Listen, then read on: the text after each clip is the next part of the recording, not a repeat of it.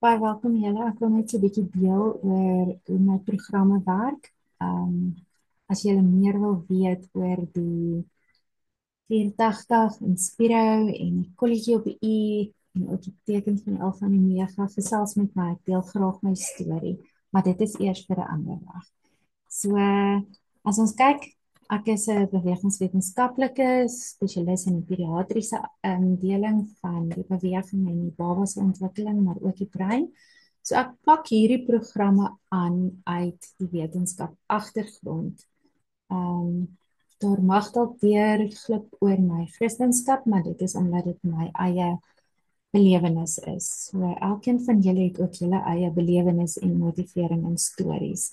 So uit die programbenadering is daar altyd dan nou 'n opwarming waarna ons kyk na die sensoriese of die midlynkruising en hoe om die stres dan met sekere tegnieke te verlaag. As ons kyk byvoorbeeld na 'n ADHD kind, wat se tegnieke kry ons daar om die kind te kalmeer? As ons kyk na hoe die brein in die algeheel van 'n kleuter moet ontwikkel. Jy werk nie net aan een kant nie of net met die dominante hand nie, jy werk met beide kante, want dit dra weer oor na 'n boodskap van beide kante in die brein.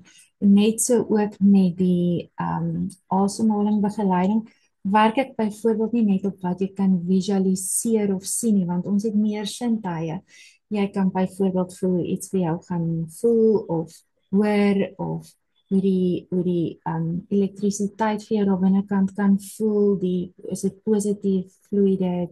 So hierdie is alles tegnieke wat gekoppel word aan hierdie kind ontwikkel en ons vir die kind gebruik en hoe ons die breingolwe dan nou daarmee saam ook rustiger maak. So as ons kyk hierso na die breingolwe, wil ons graag dat julle van onkoherent jy mekaar breingolwe na koherent beta golwe, theta, gamma, delta, daai golwe ingaan. Ek begelei jou veral na theta toe waar ons dan kan weer die kreatiwiteit van die kind wees ervaar. So dan is my volgende stap gewoonlik ook om die suurstofvlakke te verhoog, want wanneer die suurstofvlakke hoog is, kan ek bietjie meer werk met die asemhalingstegnieke, maar ons kan ook dan op 'n stadium probeer ophou asemhaal. So dit is waar ek jou hele lyf vol suurstof maak deur 'n hiperventilasie. Jy doen dit deur die neus, dis so jy al vinniger en dieper inasem um, en 'n korter tydjie dan die uitasem. En daarmee saam raak jou suurstofvlakke baie hoog. Jy kan dit meet met jou Fitbit, en ek sal data waardeer as jy vir my kan deurstuur, maar die wetenskap daar agter is ook as ons dan nou ons asem ophou na die tyd, gebeur daar sekere goed met jou hart. Want die brein registreer suurstofvlakke, die hart raak rustiger want hy pomp al hoe harder en dan op 'n stadium wat jou suurstofvlakke baie laag daal en jou brein begin paniekerig raak, gebeur daar so 'n bietjie magic. Ek wil nie regtig die woord magic nie, maar daar gebeur hormoonvrystellings in jou lyf wat nie willekeurig is nie. So dit skep 'n gevoel van jy sal weet as dit kom amper al 'n skokkerige gevoel, soos wat die liggaam veg om te oorleef. As jy daar kan bietjie uithou, is daar genesende waarde agter daai hormoonvrystellings, dopamien, baie ander vlakke wat ook vrygestel word, maar dan begin die hartklop weer vinniger werk. Ons moet weer teruggaan na die stadige hartklop. Dit is ook wat ons die emosie en die gevoel wil begin onthou, hoe daai hart stadig klop. Want daai gevoel is baie keer dan wat ons kan koppel met ons denke aan dit is 'n gevoel van liefde en ek stuur dit na my hart toe. So hier koppel ek dit weer aan die kleuter wat byvoorbeeld 'n nuwe taal leer of wat moet leer loop of so. Jy gebruik fisies die beentjies soms om te loop of ander moeilike aktiwiteite en dan later besef die brein van die kind self om daai paadjies te bou en sekere aktiwiteite reg te kry uit sy verwysingsraam uit. So as jy hart weer kan kry om hart saam te klop en jy kan diep inasem en uitasem, skep jy daai idee vir jou liggaam dat jy nie in stres is nie, maar dat jy veilig is en dat daai gevoel is 'n goeie gevoel. Later kan ons daai gevoel dan nou koppel aan positiewe gedagtes of lewensuitkyk waarin jy wil inbeweeg gekoppel aan daai, maar dis 'n gevoel van liefde en dankbaarheid. Ons is gewoond daai gevoel is 'n gevoel van benoudheid en stres. So ek wil hê wanneer jy voel jou hartklop harder, fokus daarop om te weet, te sê ek is veilig en haal asem. Die oomblik as jy asemhaal, besef jou hart en jou brein dat alles oukei is. So, dan ook hierso gaan ek net gestil bly, daar's recordings. Vir ons almal bekend. Ons kyk hierso dan na waar die vloeistof is waarmee ons gaan werk. So dit kom daaronder van die stuitjie af.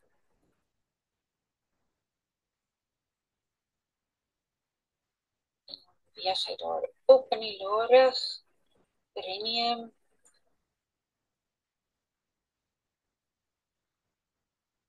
Goed, so dit is waar die vloeistof dan nou in die bene moet inbeweeg of deur die bene beweeg. Dis reeds daar. Hierdie is dalk net 'n bietjie makliker om te sien. Dit begin dan daaronder, daai onderste area noem ons die perineum. So ons gaan 'n gevoel kry van hoe daardie spiere kan werk en jy gaan net weer eens dink daaraan. So dit mag dalk 'n gevoel van seksuele emosies skep en dan is jy op die regte pad. Goed, so ons wil daardie nuwe gedagtes skep. Ons wil hê jou liggaam moet begin bewus raak van waar ons werk. As ons dan daardie perineum, die uitskeiding in die skepingsarea, so dit is geboorte of is ook aanhaal waar jy van ontslaa raak van gifstowwe of van jou, ja, daardie areas alles dan nou die energie daarso wat ons vir basiese oorlewing wil hê, wat ons dan verder in die rugmerg wil opvat. So hierdie is byvoorbeeld 'n pypie wat jy dan kan dink aan die verskillende vlakke waarin ons gaan. So as jy hom dan nou vat en jy dink dis hoe jou rugmerg werk, dis hoe jou rugwervels is en jy fokus net op elkeen van daai, soos 'n kind wat leer hoe om 'n beweging te doen. Jy gaan niks spiere nou saamtrek nie, want dit is die gevorderde fase. As jy net dink aan daardie, gaan die vloeistof van self begin beweeg tot bo in die brein.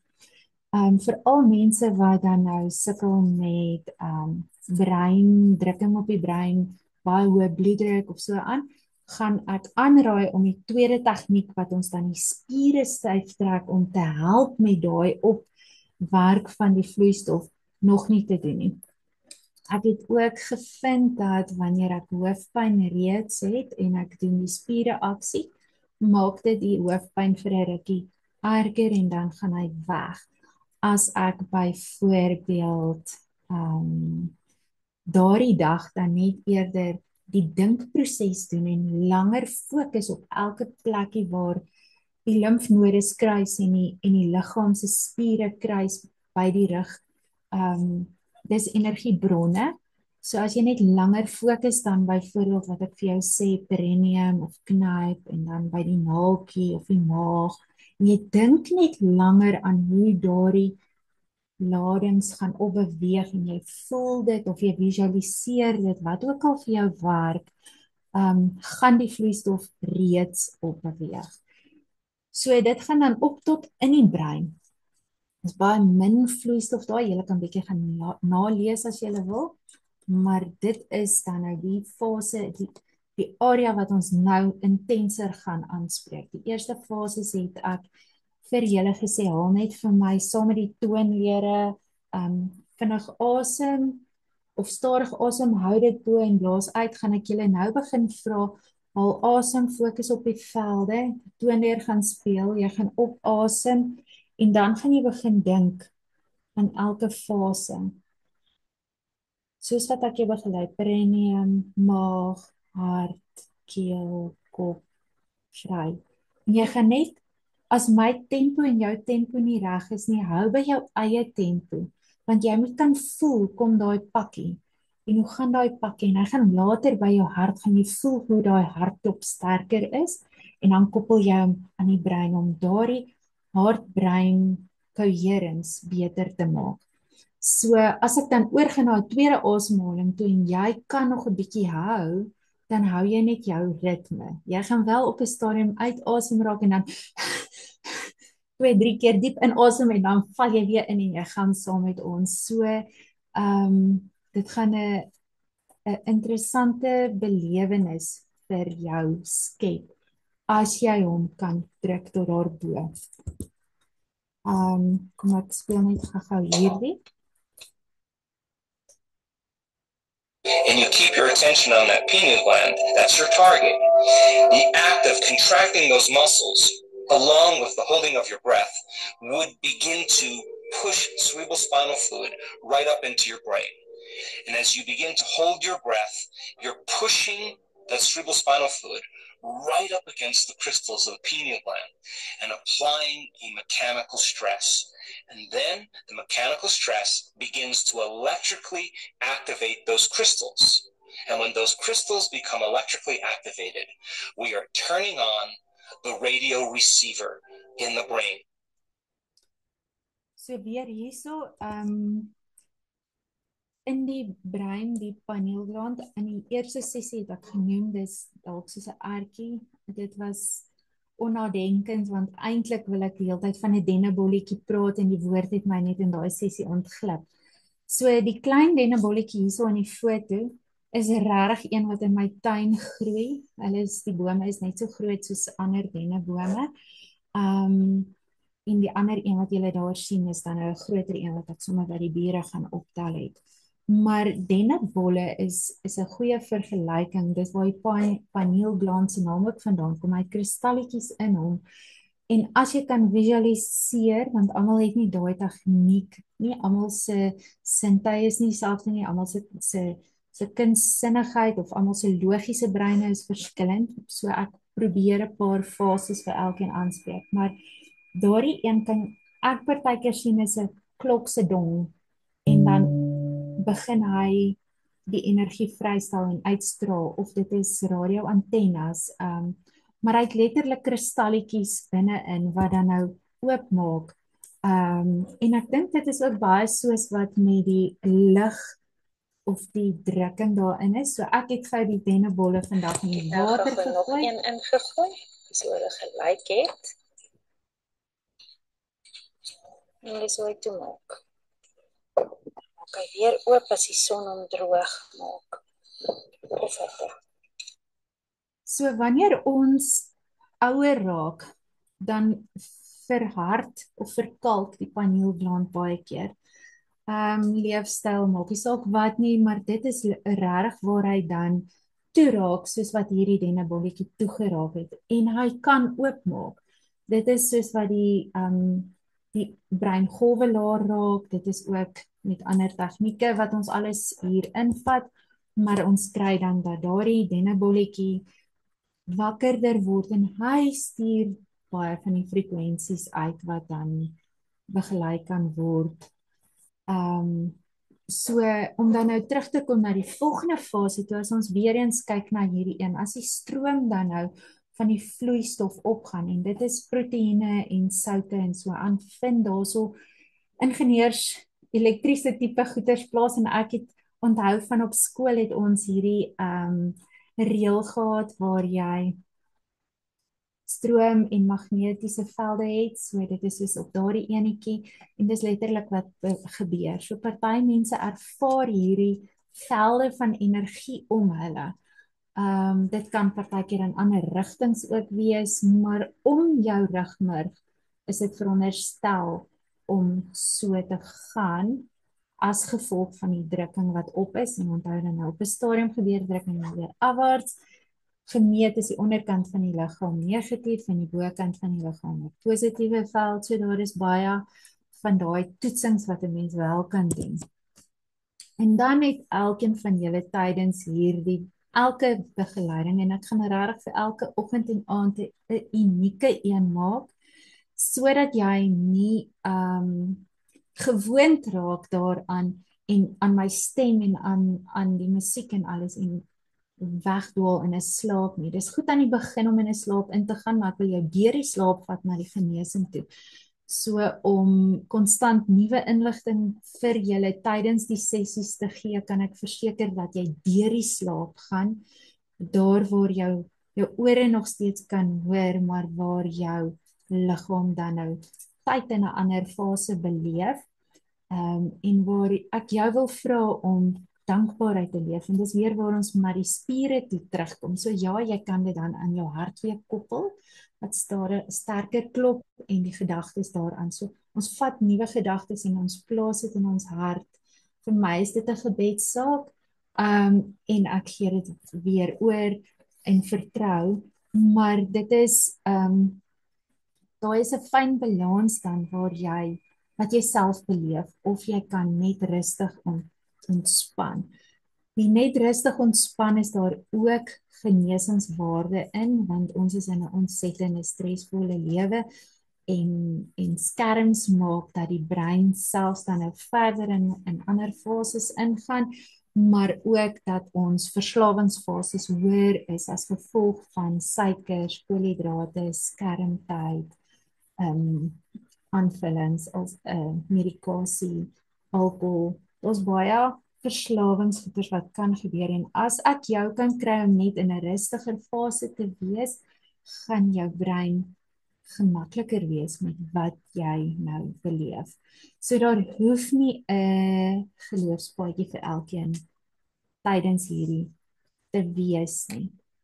En elkeen van ons is uniek, maar daarom respekteer ek dit ook as julle van my vra en bekommernisse deel, maar dit is vir my belangrik dat julle weet waar my hart vandaan kom en waarheen die wetenskap my begelei in hierdie roepingspad wat ek gekry het. Ek hoop jy geniet hierdie volgendes. Ons gaan dit intenser maak. Ek het reeds op 'n donderdag begin om julle net daai bietjie kans te gee in ongemak in 'n week voordat jy in die naweek ingaan, sodat jy dan tyd het om te sien hoe om jou roetine in te pak. So is die vroeër opstaan vir jou bietjie erger, kan jy nog genoeg slaap en kry jy behoort dieper slaap in te kry na die aandse sessie. Maar ja, oor die naweek gaan ek dit intenser maak. Jy is welkom om van die sessies weer te doen. Ek sal weer eens vir julle vra om net vir my inligting te stuur as julle wil begin testimonials deel. Ek verwag nie voor 'n week van eintlik na die eerste in diepte sessie dat iemand vir my groot veranderings moet stuur nie, maar daar het alreeds gekom en ek is baie opgewonde daaroor. So baie dankie vir julle deel van julle belewennisse. Opnames gewys, ek is 'n leek. Ek doen alles self en dit is vir my vreeslik opwindend om hierdie vinnig te leer en reg te kry. En omdat ek dit self doen, as daar aanbevelings van julle kante afkom, sal ek dit maklik kan korrigeer en regstel. Om so die program optimaal te kan ontwikkel vir die volgende mense wat ek graag wil help en wil seën met die gevoel van 'n rustigheid en dat die lewe lekker is en dat daar weer vreugde is in die skepping. Geniet die dag, geniet die sessies en laat weet van julle. Dankie.